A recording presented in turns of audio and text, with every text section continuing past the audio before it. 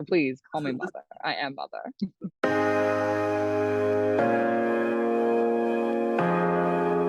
Yeah, you're exactly right. There is no reacclimating to life. It's figuring out what a new life is, which is exciting. It's, I think, what everybody who kind of goes on reality TV hopes for.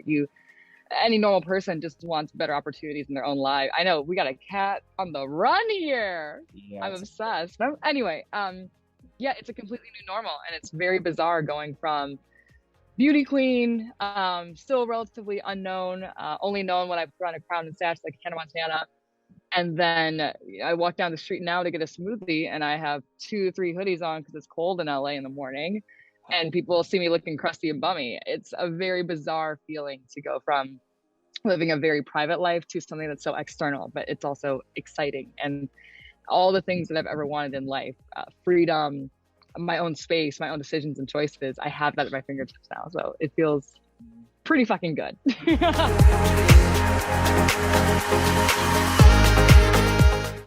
Unlimited groceries that I never had to pay for.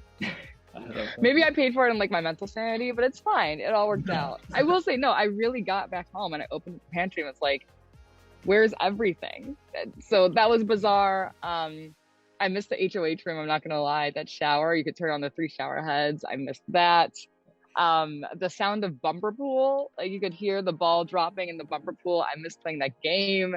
And even the late nights that I had with the late night crew, no matter who the revolving cast of characters were, I missed that camaraderie that I was able to get eventually. It was fun and hilarious. And I just spent the weekend with Joseph and Turner, and it felt like we were right back on those day beds in the bathroom talking about absolute nonsense.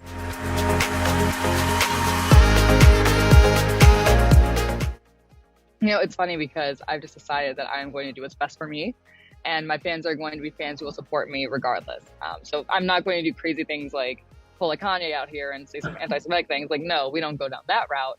But my fans are my fans because they trusted my judgment in the first place. And if they are frustrated that I am mending some relationships with some people, if they're frustrated that I am engaging with other people that maybe they aren't so excited about, you have to trust my judgment continuing in. And if I disappoint you to a point where you don't want to engage anymore, then that's your decision. But I'm going to continue to do what's best for me, because the last thing I want to do is do something that's bad for me. Like, don't you trust me in that aspect too? But it has also been very interesting. There are DMs, like paragraphs and paragraphs and paragraphs I get of people saying, you need to do this and you need to stop doing that and stop being so attached to a man. What are you doing? So much of my time in the Big Brother house that was shown outwardly were moments of distress and pain. And there were plenty of moments of joy that people saw, don't get me wrong. But now that I'm out and I'm able to live freely and pursue anything and anyone that I want, so many people are saying, for my own benefit, you must do that. They feel very entitled to control my own actions. When, I mean, I wasn't playing Sims in the Big Brother house. You didn't control me then. So why feel like I'm controllable now? So I hope that my fans will continue to love me and support me in what I do, because a lot of the things I will create and put out is going to be for them just as much as it is for me. So that's where I am with them. The crazy Hale raisers, I love you guys, but just chill out a little bit. I think I just cashed the check in the Big Brother house. No, people, at least to my knowledge, maybe Taylor's karma has been getting some people on the back end after I leave their lives. Because look, once you wrong me and I decide I'm done with you, it is a hard block. Your family gets blocked, your kids, dog, auntie, brother, everybody gets blocked. Full circle of friends. So maybe Taylor's karma has circled back and hit a couple people, but I wouldn't know.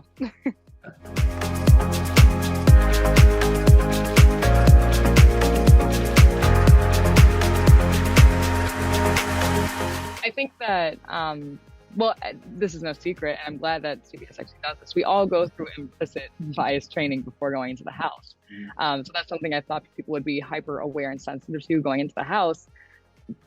Clearly, it was not as impactful as we all would have hoped it to be, but there's only so much that you can do as an organization to encourage people to embrace ideas, concepts, etc. So do I think that bias training may be ongoing? Maybe that would help a little bit. But again, if people are so stuck in their ways and unwilling to examine it or see themselves as someone who already abides by those and doesn't take those trainings seriously, there's only so much that CBS, Viacom, etc. can do. That being said, I hope that my experience this season was the experience that people needed to see to understand, a CD-ROM training or a couple weeks of training is not going to impact people's behaviors and beliefs. How they behave is going to be changed once they see it happening. And all you have to do to see it happening is watch my season, watch how I was treated in the house, watch the things that were said about me in the house. And I know many fans watch Big Brother because they're fans, and they know that I did not have to make a big fuss about a point. My mere existence in the house was the point. The mere way that I was treated in the house was the point. I would hope that just people watching my journey in the house is enough to show them you can decide to be a good person and it will get you far in the game. You can still play the game, but you don't have to isolate and ostracize and bully people to be successful in this game.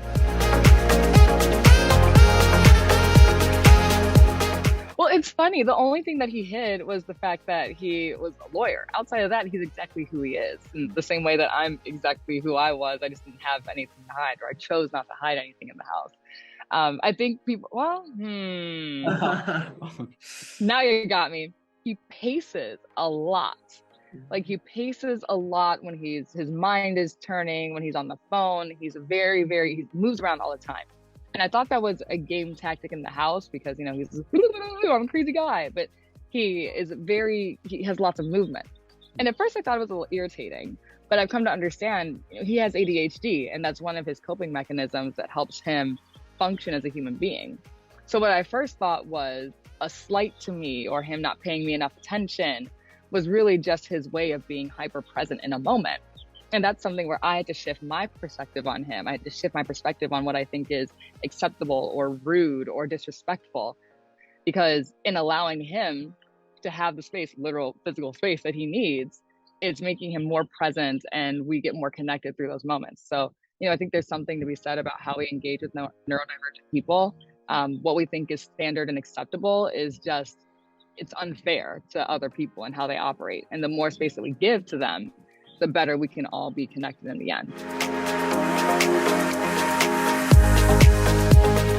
Oh, it was amazing. She was so funny because she knew as moments were happening, she knew what I would be ostracized for. She knew what I'd be isolated for. And it was hard for her to watch my season, understandably so.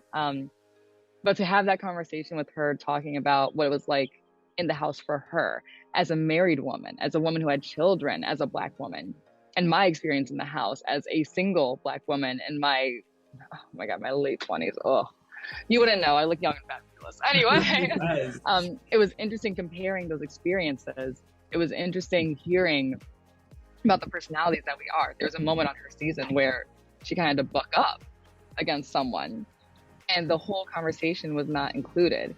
She was defending somebody else. She was not just aggressive in her own right. She was defending someone who was defenseless. I was not often or hardly ever offered that sort of public defense.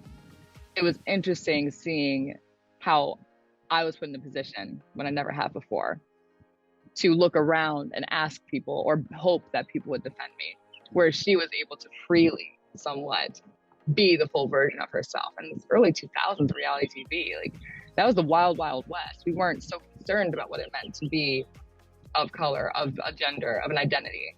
Now that we are explicitly in that time frame of acknowledging these things, it's almost like there's more of a microscope on each of us and how we evolve and portray ourselves. And I was hyper aware of that in a way that Danielle didn't have to be because of what reality TV was for the time. So it's really interesting comparing those moments. But how full circle is it that the night that she lost is the same night that I won 20 years later.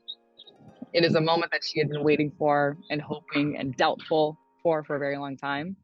And to be the one, it felt like I was giving her a gift. I'm getting emotional. It felt like I was giving her the gift, the long deserved and awaited gift that she earned 20 years later.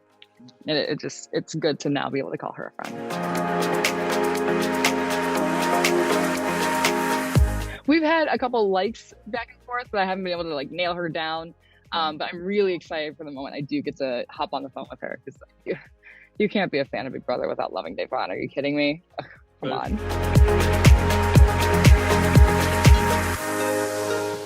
Oh my God, Grandpa's just my road dog. What do you mean? Like, I think one of my favorite traditions that we have, I would always spend the night at her house before Thanksgiving.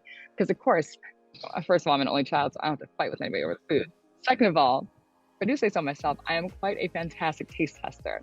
So I remember we'd wake up early the day before Thanksgiving because that's the cooking day for real. So we cook all the food. And my favorite was the fried chicken that she would make. And she would have me taste test the fried chicken, but really I was eating like 6 pieces of it. There's an airplane. I'm like, ultra plane. Look what Big Brother's done for me.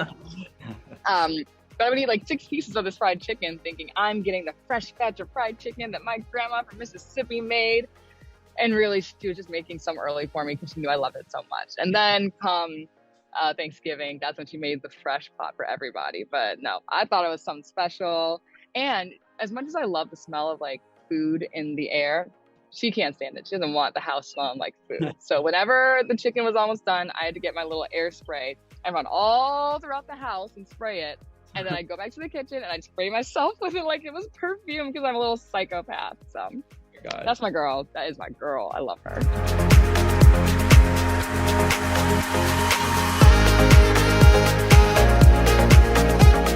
Okay, well, traveling with Joseph and Turner is exactly what you expect traveling with Joseph and Turner to be. Just like chaos and hilarity at all times. It was a late night crew times 10 on the road. I loved it. Navigating an airport with Joseph was also interesting. We got along really well.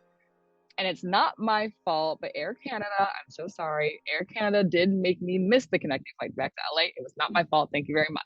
Anyway, going to Canada to meet the Canadian fans was so fun. I know that they're very dedicated. I know that they're very engaged. And I mean, the way that they would come straight up to us and make sure that they were engaging on every little level, holding us, pulling us, telling us about the moments where they felt very connected to us. It was the best experience ever. I will also say, Alberta, Canada has a lot of Turner stands. Oh. A lot of Turner stands. I got shoulder checked a couple times. People were trying to get to Turner. I said, "Oh, okay, Turner." Wow. Okay. Don't worry, Megan Belmonte. I did keep an eye out for anybody that tried to get too handsy. Megan's my girl. I'm not gonna have anybody out here playing her like that. So, if the job is here, I will come to LA. So I'm open to all opportunities. Love it. Entertainment Tonight. Yes.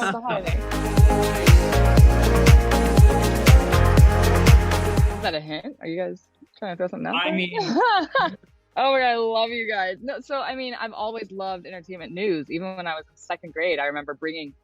Oh, I'm outing myself. I remember bringing a book from Borders bookstore, and it was all about like beauty and fashion tips. And it was during show and tell, and I gave a report. This was unnecessary. This is not a book report. It was show and tell. I gave a report like I was an entertainment news correspondent about the best beauty tips that you could give. Like I was very much so into loving news and media and loving entertainment, beauty, fashion, pop culture. That's always something I've adored. I'm gonna kill this person doing construction next year. Anyway, so yes, I have grown up watching Style Network. I grew up watching E! I know they're finally bringing E! News back, so you know if they need someone else to the team, I mean, add me. I truly to my core has always just been in this lane in some capacity. I went to college. I studied organizational sciences, but I had internships that were very much so involved in entertainment, fashion, blogging, style, PR. My interests are just what I want to be able to freely pursue now. So Entertainment Tonight is with CBS, E! News, that's a big one. Anyone who's willing to talk to me extra, like I am open to it all. I'm open to receiving it all. So let's go. Let's get it out there. Yeah, so I've been, oh my God, it's very odd because there are a lot of people I was a fan of now and blue checks all up in my DMs. I'm like, well, you want to talk to me? What do you mean? But I was a Drag Race fan before I was a Big Brother fan. Seeing and talking to and hugging Todrick, it just felt very surreal as a fan of his work on YouTube. I can't tell you how many times I listened to Hair, Nails, Hips, Heels while I was prepping for a pageant. Like his music was the soundtrack to so many of the moments where I needed to be inspired and encouraged and feel like a bad bitch. Hell, I probably should have asked for some of his music when I was in the house. Like Todrick has gone from being someone I enjoyed seeing on my TV screen and on YouTube to someone who has become a very dear friend. And he has been so gracious in opening up his home whenever I'm in town. I can just stop in here and do the things I need to get done. We've had long conversations today, other days. I think truly connecting with him has shown me that sometimes the people that you see and are seeing and hearing about in the media, it's just not what they're being portrayed as to their core. Like, the person that Todrick is not the person that I assumed he was when I was watching Celebrity Big Brother. And I wish that there were a way to change more perspectives and minds about that. But I understand that people will have the feelings that they have. But Todrick is someone who's been just so kind and gracious and loving to me. And he's even extended that grace to people that I don't even want to talk to on my cast. But he's doing it because he knows that everybody needs time to readjust to the real world. And it takes a very, very special person to be able to do that. Let me tell you something. I'm not that person. So if I'm not that person, that'll tell you a lot about who Todrick is. But no, I love him to death, and I was a fan in some capacity before all this. So it's really cool to hear. Not yet, but she is, I believe, going on tour next year. I did buy tickets for her Black Diamond tour before the pandemic happened, so maybe we can make something happen with that. I hope so. Ooh, I don't know about an acting career, but when I was younger, I always thought I have a very small goal of being like a 5-episode arc villain on a soap opera. So maybe we can make that happen. I think it'd be fun to finally be the evil person that I've always wanted to be. But being on set was so fun. The entire cast, it was crazy because my mom is a fan of The Bold and the Beautiful. I started getting into The Bold and the Beautiful around the time the pandemic first came around in 2020. Because what else was there to watch on TV? Everything else was getting shut down. It was so fun to see these people who have had these jobs, these careers in soap operas. I kind of feel like it's a bit of a dying art right now. But there are people who are so dedicated to that craft, people who have these new scripts that happen every single day. And these are some thick girls, like there's some thick books that they have to memorize every day.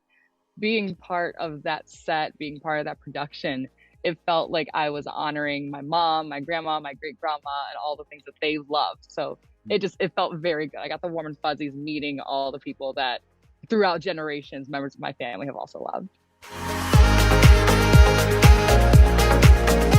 Y'all keep asking. I will say, yes. Okay. Yes, that conversation is moving along and it's looking real good. I know we want to look, y'all, if you want a Super Bowl commercial, I think you need to keep bothering Lays. I don't know where they're feeling about a Super Bowl commercial, but I think if the fans are losing their minds and demanding it, it might happen. Start the campaign. Yeah. Pay for Lays.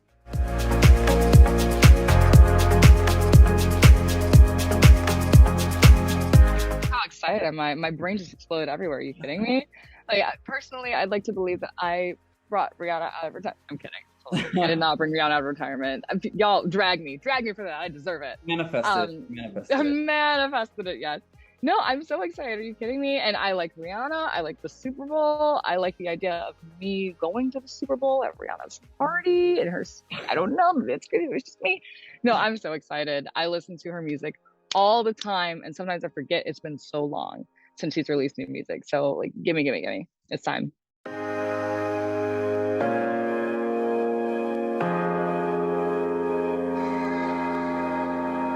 Ooh, okay, well, I'll say it right now. I am dying to be a judge on RuPaul's Drag Race. I don't know what I have to contribute there. Like, I've never been in drag. Actually, I did a pageant. I was Michigan USA. That is drag in itself. I would love to be a judge on RuPaul's Drag Race. I got some things to contribute. But I love Selling Sunset because I'm a big Chrishell fan. I love basically all the Housewives franchises, specifically Atlanta, Potomac, and Beverly Hills. What else do I love? $1 Million Listing. I don't need to be in real estate to love luxury things. Like, just show me the beautiful homes. Big fan. And I love Chopped as well. And Guys Grocery Games. That's a fun one. I know it's more of a game show, but I'll count it as reality. I'm a big game show girl too. You know, I've met so many people now who have been on Survivor, The Challenge, CBS. So yeah, I'll definitely consider. I will definitely be watching the shows. I think you exit the Big Brother house, and it's not just the Big Brother family you become part of, but it's the larger CBS family. And especially as a Black woman, a woman of color, I've found kinship in connecting with the other Black women and women of color and people of color from the other CBS reality shows. So it feels very good to be connected with them. But I felt so bad talking to them and having no idea about their experience on these shows. So I got to catch up, and then I got to get in line for the future.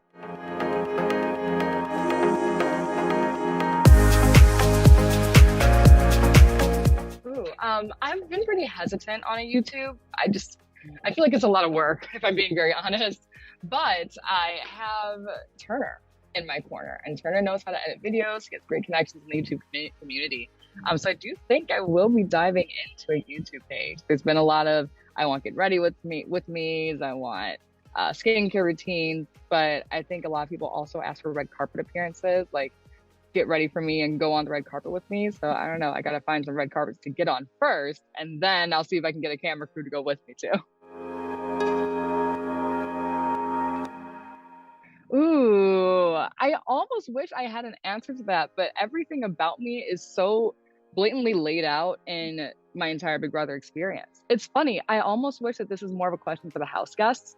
I wish that people could see my sense of humor more. I wish that people could understand that I'm just a total derp at the end of the day. Like, I'm sassy, I'm witty, I'm funny.